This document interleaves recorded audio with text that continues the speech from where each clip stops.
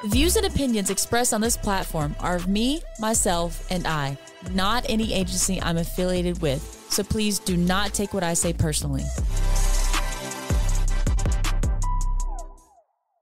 Thank you for tuning in to another episode of 22 at the Lips podcast with my first guest of 2023. We're with Dyllan Holmes. Dyllan has his BLS, ACLS, and his LPN, and that's a big focus of what we want to talk about today. He works at a skilled nursing home facility in the city that I'm in currently in St. George, Utah, but we're not going to give names because I'd have to beep that out. So, Dyllan, if you want to introduce yourself, tell the people who you are, what you stand for, go ahead. Wow. Well, my name is Dyllan. I lived in Salt Lake most of my life, and instead of going to college, I joined the military, and that's how I got my license. So, let's start off with the basics. What is the difference between a nursing home and a skilled facility / assisted living center? Nursing homes and assisted livings actually have less staff on than normal, per se. A nursing home is for only long-term care residents, long-term care being longer than 6 months to possibly end of life. Assisted living are for people that can mainly do everything themselves. They might just need some help with medications or like a few things with their ADLs, like possibly transferring or showering. And in assisted living, the rooms that they stay in are mostly all private and have their own like bathrooms and kitchens, like little kitchen areas and things like that, so they can do everything on their own. Whereas skilled nursing facilities, you can have private rooms, and they're supposed to have rehab sections. So for patients that are on like antibiotics or after surgery that they need physical therapy, speech therapy, occupational therapy, things like that, that get a different type of insurance that pays for their stays. And so skilled nursing facilities will have a section for rehab patients, and then they'll have a section for long-term care as well. All right, very good. So kind of digging deeper into who you are, what made you want to go and get your LPN? Well, in high school, the only thing I really did was wrestled. It was the only thing I was into was sports, and the thing that I liked the most out of everything was actually talking to the sports trainers. And so that's what I figured I wanted to do. If like I couldn't keep wrestling or be a coach or something like that, I wanted to go into sports medicine. But then I didn't get to college. Like I was too nervous about like trying to get a scholarship or like working crappy jobs. And my dad was in the military, and so was my mom. So I was like, well, they're pretty messed up, but I'm a little bit better than they are. So when I was looking into the military, they had nursing jobs, and I was like, that was the closest thing to sports medicine, and it sounded way better than being a medic, which is pretty much just an EMT in the military. And so I was like, yeah, I'll be a nurse. And yeah. Only hurt my feelings just a little bit. You're not wrong though. So, transitioning into your role today, what made you interested in working in a skilled nursing facility? Well, unfortunately, living in Salt Lake, since it's like a bigger city, and almost like any bigger cities, hospitals don't really hire LPNs. And really, the difference between like an LPN and RN, outside of your degree, is like when you can take your test. There's obviously just certain things you can't do that RNs can do that is kind of like important to be able to do in a hospital. So the only places that really hire them are small town hospitals or skilled nursing facilities, nursing homes, like home health type stuff. And so my very first job was actually a home health nurse, and usually they work with like hospice patients at home or just people that need you to come and see them for cares that they can do. And my first like long-term patient I had was actually this preschooler who had a trach. I just went to kindergarten with him. Yeah, sorry, kindergartner, not preschool. But I went to kindergarten with him, showed up, rode the bus with him, and was there to help suction him, make sure he was breathing, and then just doing school stuff with him. But that didn't pay a whole lot, and at the time, I was married, and was making all the money for all the bills, and I was only making like $18 an hour. And when you're doing home health, all of your hours come in depending on how many patients you have. So you could make more money if you have more clients, but it's kind of not really feasible. So I left to go to a skilled nursing facility where I ended up making $22 an hour with a much better schedule. So you went from coloring with the kindergartners to coloring with the geriatrics. Yeah, I've never been more happy than when I was with that kindergarten. I regret it every single day. I would much rather go to kindergarten with these kids. Now, I just want to preface there is no grilling, there is no animosity. It's just general questions that I have, and I know that other people have. So, with that,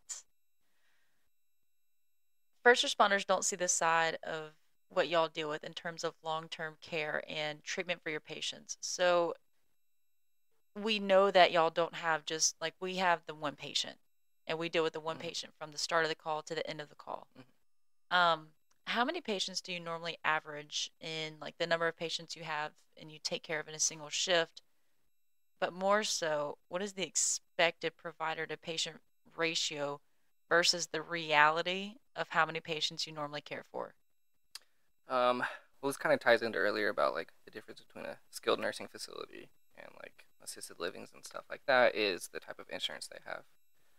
So when you have a patient that's going to be on skilled therapies, I always get them confused. I believe they're on Medicare, and like we get paid more for supplies that we're going to use, the amount of therapies like that the patient is going to have, and so those patients that are worth more money get you're allowed to have more staff on per se.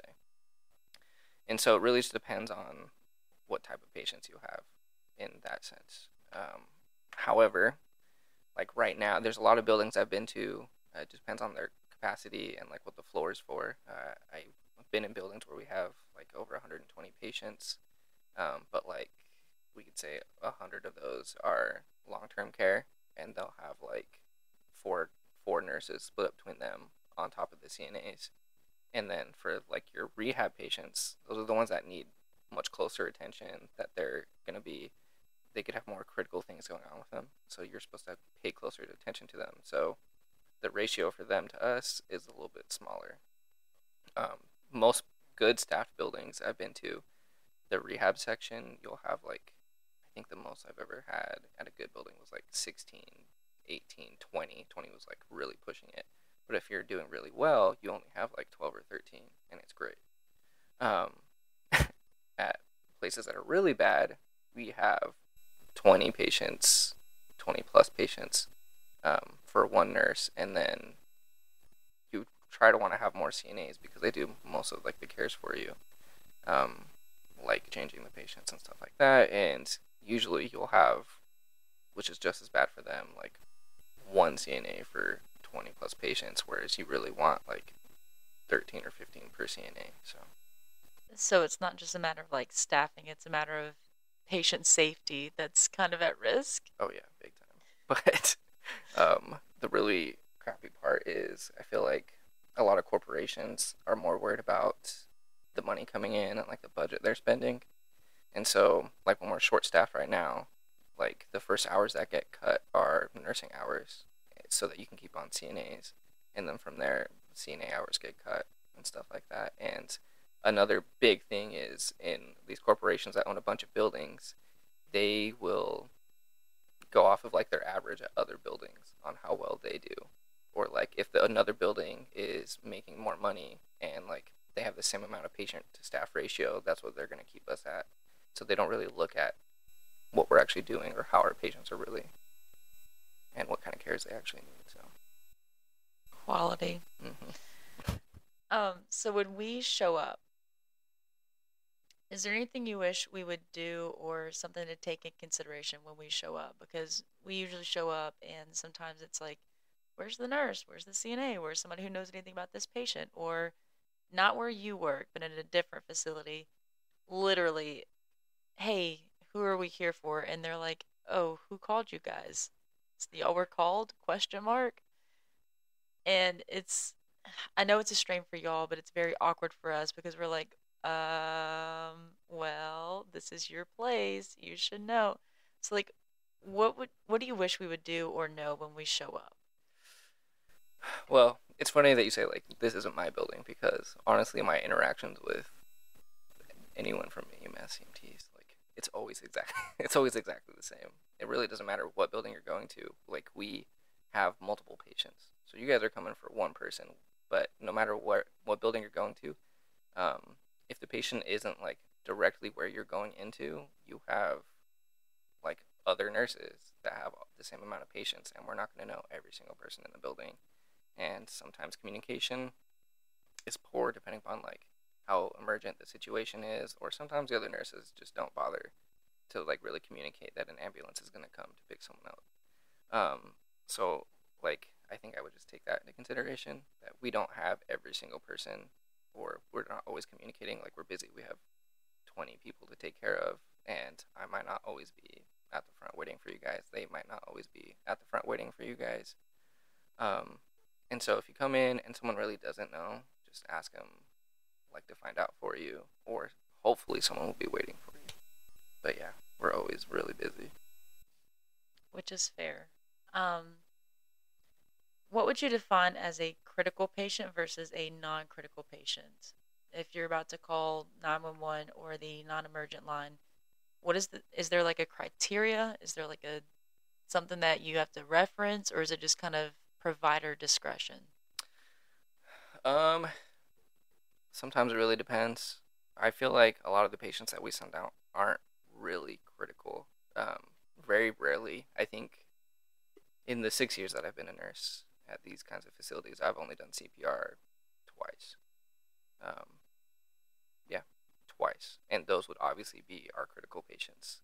Everyone else, they're all already old, and they have um, a lot of chronic conditions as is.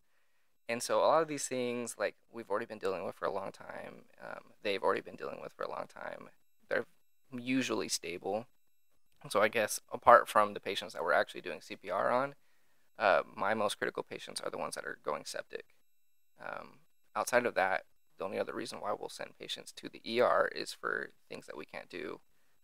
Like if there's a head trauma and we think that they need an X-ray or a CT scan, like right away, we'll send them out for that.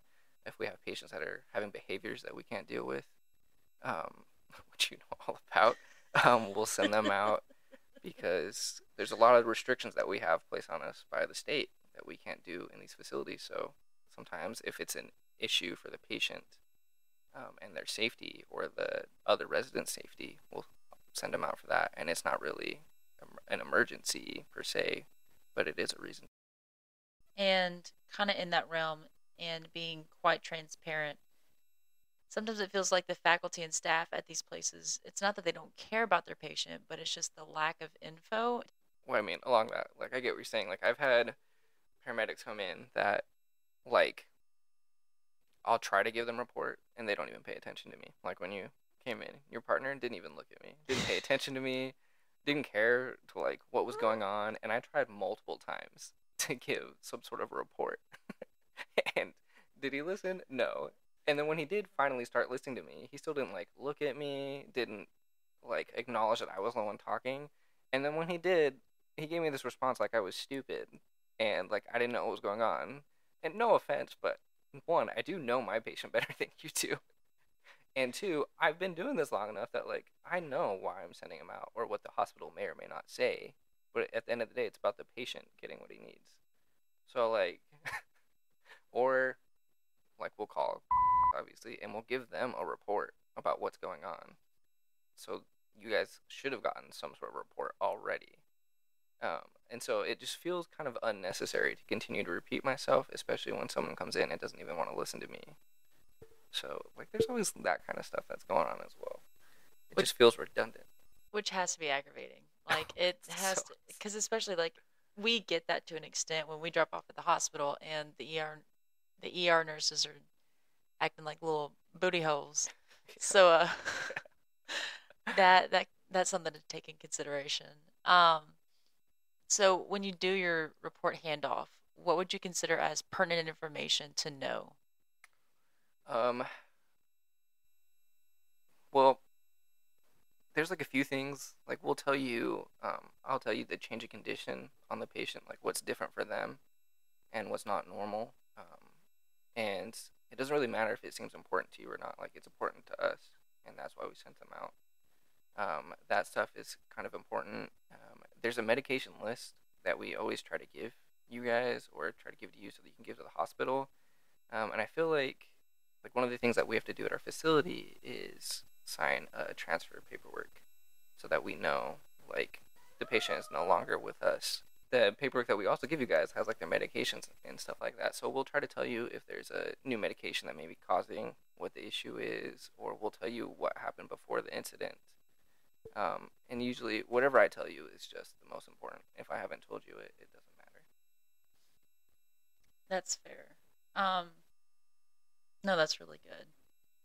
And it's hard because, like, so you're saying all this stuff and it's good and it's valid and that's how it should be, but that's not how it is with every interaction. And Oh it's kind of like that thing of first impressions where the first 10 seconds make the difference. And yeah. it's kind of in the realm of that.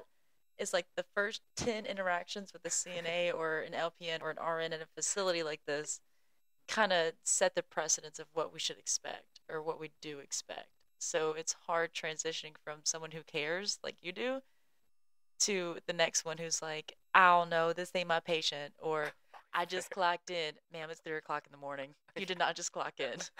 No, I totally get that. There's definitely plenty of nurses and CNAs that, like, they may have been the one to call, but they didn't really. It's because someone else told them to do it, really. And, like, I definitely get that. I know how frustrating it is to come into our building and just, to, like, see me sitting there and being like, oh, yeah, it's not my patient, but they're, like, down there.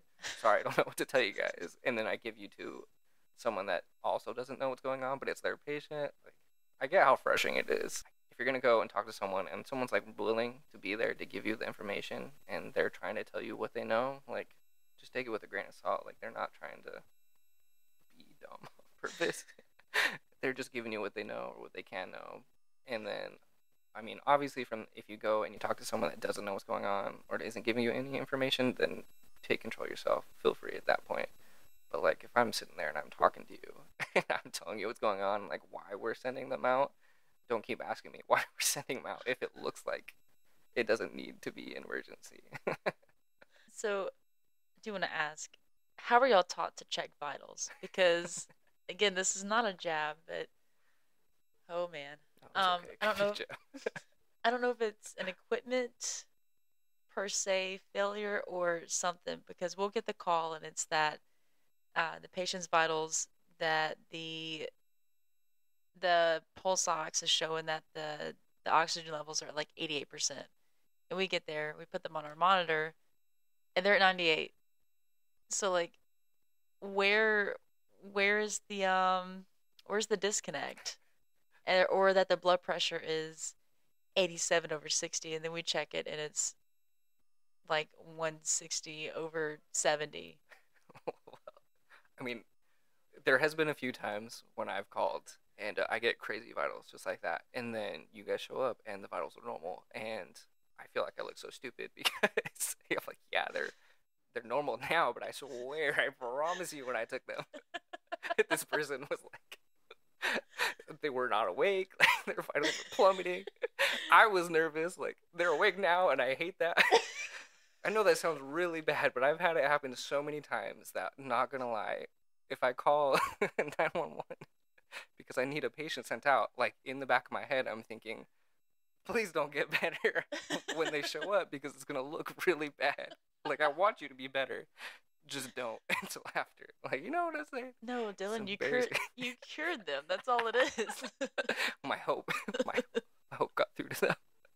Oh, I mean, outside of that though, we have usually it's just machines, and a lot of the time it's our CNAs that are supposed to be taking the vitals. Sometimes you think that they're capable at taking vitals correctly, and other times they're really not. So it could be a few things. It could be like they didn't take it appropriately, and like I know again this is kind of if like the nurse you're working with is competent or not, or whoever the staff is.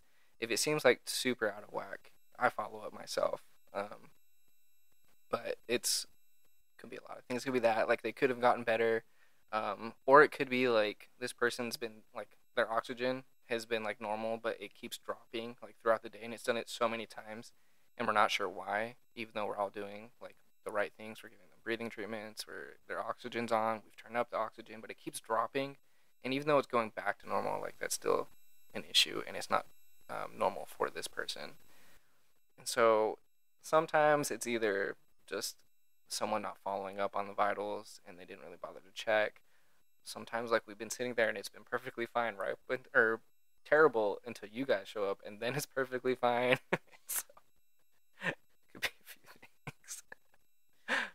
So we'll just have to keep in mind that sometimes the nursing home or the skill facility center staff just cure them before we get there. Oh yeah, we're miracle workers, obviously. We're superheroes. Don't you remember that whole thing? Superheroes work here. No, Exactly. understaffed and tired employees work here. We're all just on so much caffeine that like, we don't realize how much time's gone by. I want to hit on something you said about where like an incident happens throughout the day or um, something that happens a couple of hours ago and we get a call that the patient is short of breath, but then we get there and it's like, yeah, they've been like this for 2 to 3 hours, and we get there and like the patient's not doing well at all. Is it a matter of like it was information given during the shift report and it never got called on yet, or is it just like a you they want the doctor to wait and see what happens, or what's the deal with that? Because it's very frustrating when we hear, well, it happened 2 hours ago, and Meemaw is not doing good in that moment. Could be a lot of things. Like sometimes it is the provider waiting to see if something's going on with the patient, which is again really like frustrating, um, because you don't really sometimes you don't really want to go over your doctor's head, especially if the person's just fine, if it's not going to be anything. Um, and very rarely have I ever really had to do that. Sometimes it's the patient is fine at the time of the incident, and then you start to notice the symptoms later on, and then that's why you call them. Or yeah, sometimes like in report, you get told a person is completely fine, and then like you don't really think anything of it, so you get to them when it's like your time to like check on them, whether it's because you're passing medicine or you're going to check on them for vitals or meals, whatever is the first reason why you go check up on them, and then you realize this person's not actually doing great, and the other person didn't even check on them, and they just told you they were okay, and it could be a few things like the last time I sent someone out, they had a fall, and the other thing is patient consent. Like if they don't want to go to the hospital or they think they're fine, you can't send them to the hospital. Even if you are trying to do enough education with them, that's like telling them they might have get worse or like they need cares that we can't provide for them. And so that could be a thing too. But like that's what happened the last time I had to send a patient out. They seemed fine, and the power of attorney didn't want to have them sent out just yet, because they had their own personal issues with and like history with that. And so we waited, and then they progressively got worse throughout the day, and then we called again, and this was like 4 or 5 hours after the fact, and they were bad enough that the power of attorney wanted them sent out. And so, even though the incident happened like 5 hours before, we didn't have a good enough reason to send them out to the hospital. And there's just a lot of really what seems at the time dumb politics, but is all important because you have to have patient consent or family's consent, or the doctor doesn't want them sent out. They want to make sure that they're okay. Just a lot of things like that. So tell me about the wildest or craziest experience you've had working in these types of facilities. I mean, there's a few. There's always a bunch of like weird things that happen, um, that you don't. You think like you only see in like movies or like a place that would never happen to you. Um, like one of the wildest things that's happened to me was when I was living in Salt Lake. I worked at this building that was a COVID only building right when COVID happened, and we had this patient who had just seizures all the time and insisted on being able to walk. So he had epilepsy, and he shouldn't be really walking on his own, especially without someone watching him, but he just insisted because a lot of these patients want to do things on their own. even though they shouldn't be or they can't. And so this guy multiple times had fallen, like hit his head, said he had a seizure. He would like fake them to get empathy, even though he would really have some.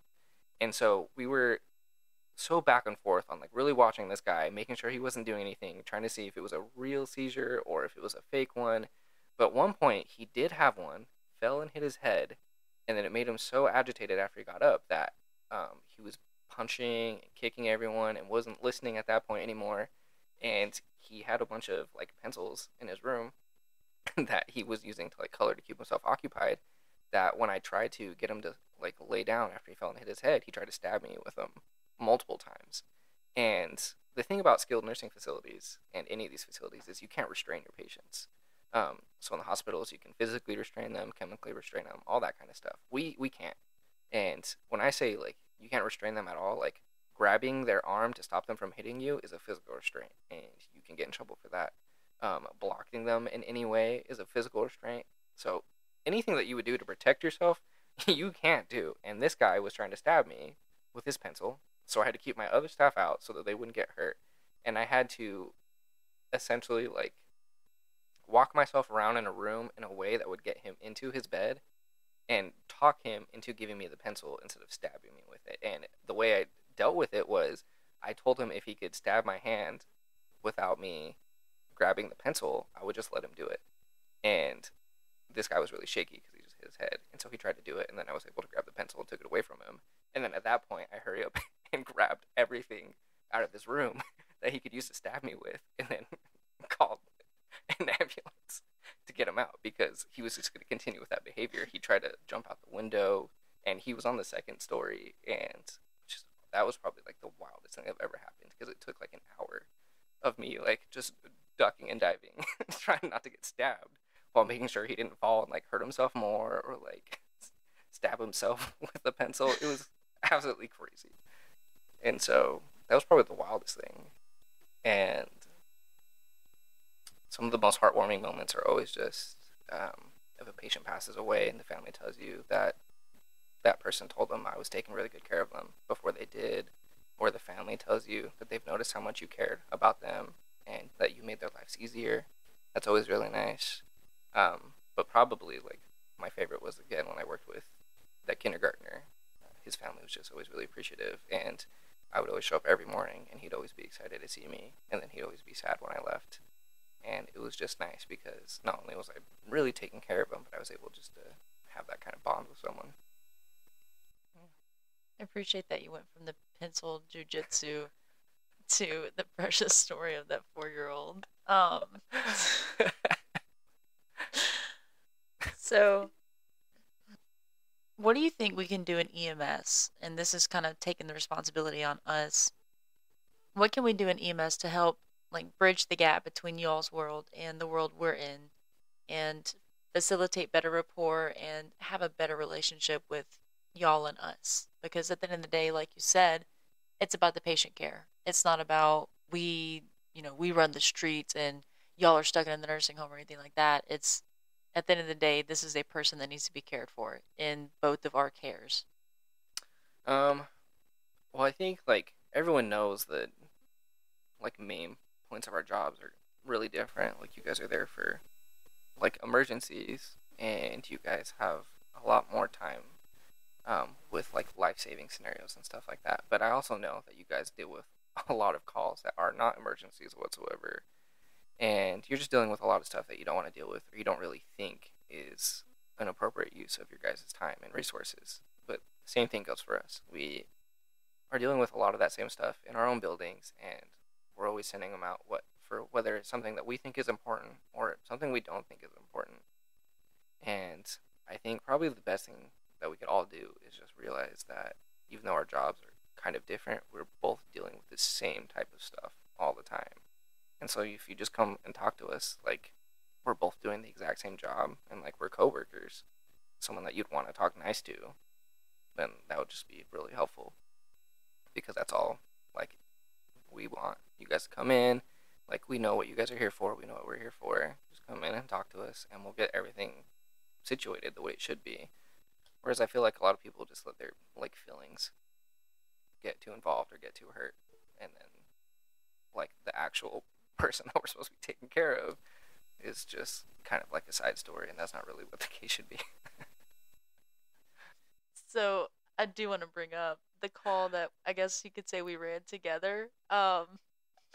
We get a call for this patient who, in the call notes, it actually said alcohol induced dementia, which we Mm-hmm. were all like, what is that? But he's being rowdy and combative. So Dyllan, tell us what happened. Like what the actual happened. I had never been more embarrassed.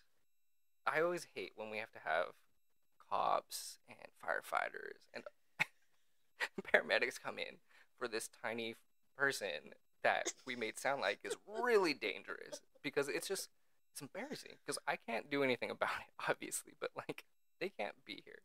And so it was super embarrassing to have four cops show up and then you show up and make me look like the wimpiest person on planet Earth. Wait, it wasn't just one cop. Like There five was of like them showed up.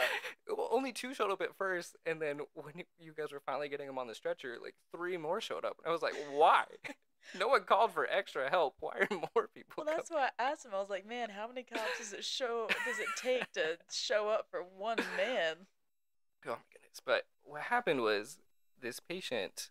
So he has alcohol-induced dementia, which um, pretty much this person had just drank so much that now he has no memory. Like his short-term memory is absolutely terrible. His long-term memory is it's also pretty shot. Like he can remember a few things, but he's just never with it. He's only like awake essentially. He's alert to himself. So like if you call his name, like he knows his name and he can respond to you, but it's never appropriate to like the actual question. He can follow like simple directions, but anything outside of that, trying to have like a normal conversation with him, it doesn't work. Yeah, it's a real thing.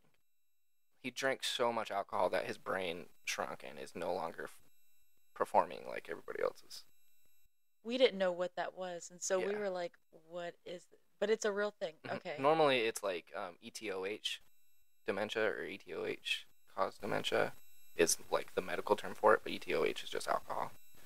Um, and so yeah, it's a real thing. There's a lot of, and it's usually obviously men, a lot of older male patients that have alcohol-induced dementia, and so they've drank themselves into such a stupor that like they can no longer, they can't walk, they can't take care of themselves. Eating, it's like hit or miss. It just really depends on how bad it is for this person.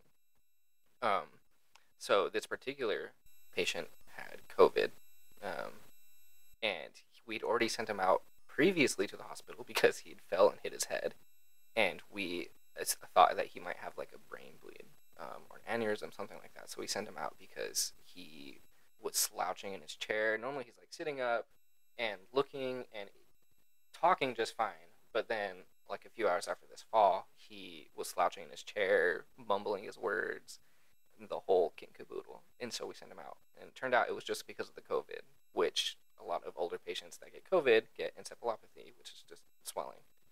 Um, and so when he came back, he was still on COVID, and we still have to keep him quarantined. But he was a wandering dementia patient, so he can't really understand why you're telling him he has to be somewhere, and he has to stay in his room.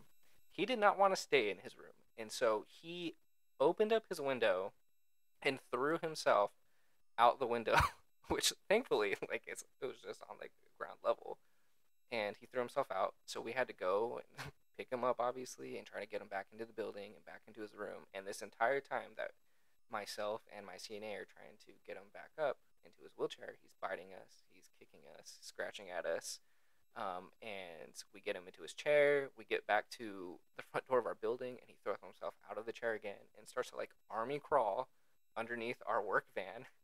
And so we're trying to stop him, and he's holding onto the van, and we're trying to get him back in his wheelchair. And again, he's kicking us and sliding out of his clothes, just going limp. Like we are having to try to explain to him that he has to come back into the building, like he'll freeze, and he's just not listening. He just does not want to go back into his room, which is understandable, you know. Like he doesn't understand what's going on. He doesn't understand the situation, and he just wants to go deal with whatever his version of reality is. So he's already upset that we have to get him back into his room. But we get him into his room, and I sit in front of the door to make sure that he doesn't come out of it and that he's okay. And all you hear is objects being thrown against the door. And it's like his deodorant, he attempts to throw a chair at the door, whatever solid object that he can physically lift up and throw, he does. And then the next thing I hear is banging on the glass. And so I open the door, and I just see him with the leg of his wheelchair that he had taken off, hitting the glass. And I'm like, knock it the F off, please. And I'm just like, stop. And the minute I say that, he shatters the window. And he, mind you, is in his recliner, which is like up against the wall. We had his dresser up against the window so that he couldn't move out of the window, but still enough like walking room that he could get around his room. He had climbed over the side of the recliner, hit his window until it shattered, and I run in there, and I'm trying to get him to stop trying to go out because now there's broken glass everywhere. And he swings the leg of his wheelchair at myself and my CNA, and I have to grab the leg of the wheelchair out of his hands because my CNA is like cowering now in like a corner, and I have to throw it out of his hand, and then he goes to reach for a shard of glass, and I have to pretty much lift him up over my shoulder and like pull him to the side and put him in his wheelchair so that he doesn't grab the glass. And he did grab glass, but luckily by the time I grabbed him, he wasn't holding onto it too tight, and he just let go. And so then we had to take him out. And yeah, at that point, like, not only was he not safe to himself because he either would have grabbed glass or he would have crawled out the window full of glass. Yeah. So that was like my second time almost being stabbed. It wasn't terrible. Like, it was a lot easier to deal with than the other time. But we took him out of the room, and obviously we called you guys to come pick him up. And I have to make sure that it sounds just as bad as it was so that people will come to take them and send him to the hospital. But then obviously, like, when you guys showed up, he was just sitting in his wheelchair just fine because we weren't really making him go back to his room. And so, yeah, that's why it was embarrassing. See, that's part of the taking in consideration what the person giving a handoff is, because all like I was kind of standing far back, so all I heard was laying in the wheelchair at the window, and I'm like, oh man! And then we look over, and this guy who's perfectly content just sitting in his wheelchair, and we're like, what is this? What? So that's why I asked you later on. I'm like, what's the deal with fighting Grandpa because he looked fine, but taking in consideration the crawling under the van and crawling over the recliner through the dresser really really adds perspective. Which, yeah, it wasn't like he wasn't doing any of this until we were making sure that he wasn't doing it. And so if he was just sitting there and you weren't like making him not do what he wanted to do, he was perfectly fine. But yeah, the minute we had him back in his room where he didn't want to be, that's when he went, what? Moral of the story, don't contain your grandma and grandpa because they will go haywire. They tell you they don't want to be in a room. They really don't want to be in that room. Well, with that, Dyllan, thank you for coming on. Thank you for sitting with me and opening your heart about pediatrics, the geriatrics, and all the aggressive grandpas in between. Yeah, no problem. It's my pleasure. So, as I end every episode, and it will not stop. So, with that, if you have any questions, comments, concerns, or future topic ideas, please email me at 22@thelipspodcast@gmail.com. Again, that's 22@thelipspodcast@gmail.com. Be safe out there, friends, and never stop learning.